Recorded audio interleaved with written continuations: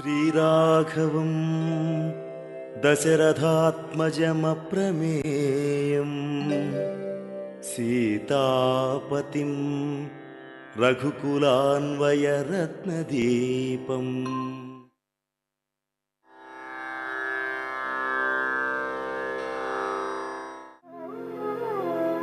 భరద్వాజాశ్రమం గత్వా రామః సత్యపరాక్రమః భరతస్యాంతికం రామో హనుమంతం వ్యసర్జయత్.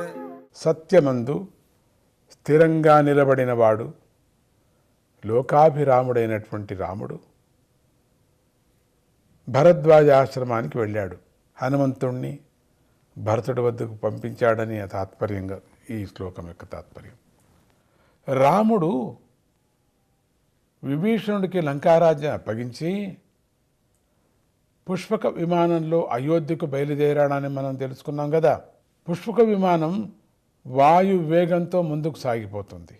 రాముడు సీతతో అదిగో గంగా నది, మనం గుహుడిని కలుసుకున్నటువంటి శృంగిబేరపురం, అదిగో సరయూ నది, అదిగో అయోధ్య, నువ్వు అయోధ్య నగరానికి నమస్కరించన్నాడు. అందరూ కూడా పుష్కంలో నుంచి అయోధ్య నగరం వైపు తొంగి చూశారు. ఆ రోజు పంచమి తిథి, ఆ రోజుతోనే 14వ సంవత్సరం అయిపోయింది అన్నారు. విమానం భరద్వాజముని ఆశ్రమం దగ్గరాగింది. అందరూ ఆశ్రమంలోకి వెళ్ళి భరద్వాజముని దర్శించి నమస్కారం పెట్టారు. రాముడు భరద్వాజ మునీంద్రుడితో, మునీంద్ర, అయోధ్య బాగుందా? అందరూ ఆరోగ్యంగా ఉన్నారా? భరతుడు చక్కగా పాలిస్తున్నాడా? మా తల్లులు క్షేమంగా ఉన్నారా అని అందరి యోగక్షేమాలను అడిగాడు. ఒక్కొక్కరిని కూడా. భారద్వాజ మునీంద్రుడు సంతోషించి, అందరూ బాగున్నారు, నీ పాదుకులను పెట్టుకొని భరతుడు రాజ్యం చేస్తున్నాడు, అతడు కూడా నీలాగే జటలు ధరించి ఉన్నాడు, కటిక నేల మీద పడుకుంటున్నాడు.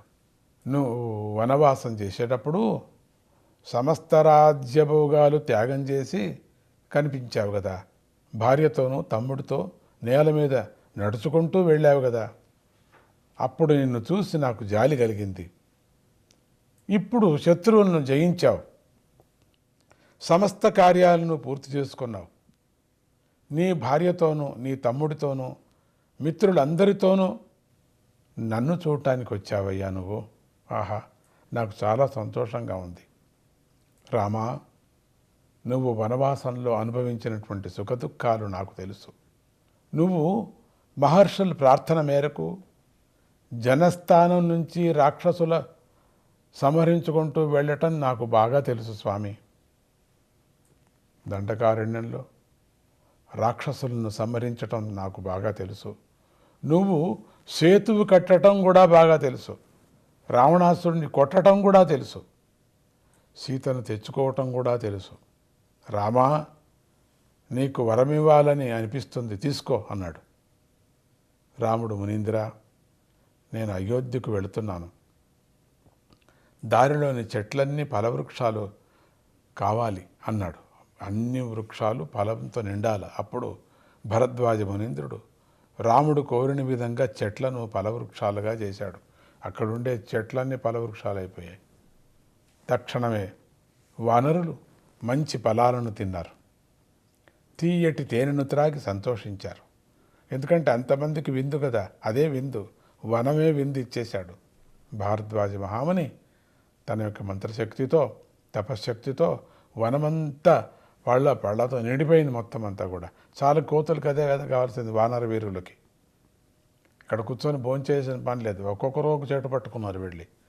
రాముడు హనుమంతుడిని పిలిచి, నువ్వు ఇప్పుడు శృంగిబేరపురానికి వెళ్ళు, గుహుడిని కలిసి నా క్షేమ సమాచారం చెప్పు, తర్వాత అయోధ్యకు వెళ్ళు, భరతుడిని కలిసి నా క్షేమం గురించి చెప్పు, నేను ప్రతిజ్ఞను పాటించానని కూడా చెప్పు, మెల్లగా రావణుడు సీతను అపహరించాడని, రావణవధ జరిగిపోయిందని కూడా చెప్పు, వానరరాజు సుగ్రీవుడితోనూ రాక్షసరాజు విభీషణుడితోనూ నేను సీతారామలక్ష్మణులతో కలిసి ఇక్కడికి వచ్చానని కూడా చెప్పు.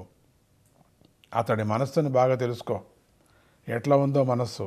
ఒకవేళ తానే రాజ్యం చేయాలనుకుని ఉంటే రాజ్యం చేయని, నాకు సంతోషం.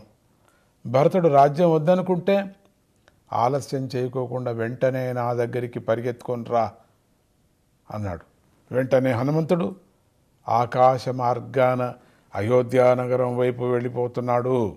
చూడటానికి ఏం జరుగుతున్నదో అక్కడ భరతుడి యొక్క పొజిషన్ చూడాలి కదా. అయోధ్యలో ఏమైందో చూస్తామని పరిగెత్తాడు. ఆకాశంలో ఎగురుతున్నాడు. ఏంటి ఇంకేం పరిగెత్తడం అంటే ఆకాశంలో కూడా ఎగురుతూ పరిగెత్తున్నాడు.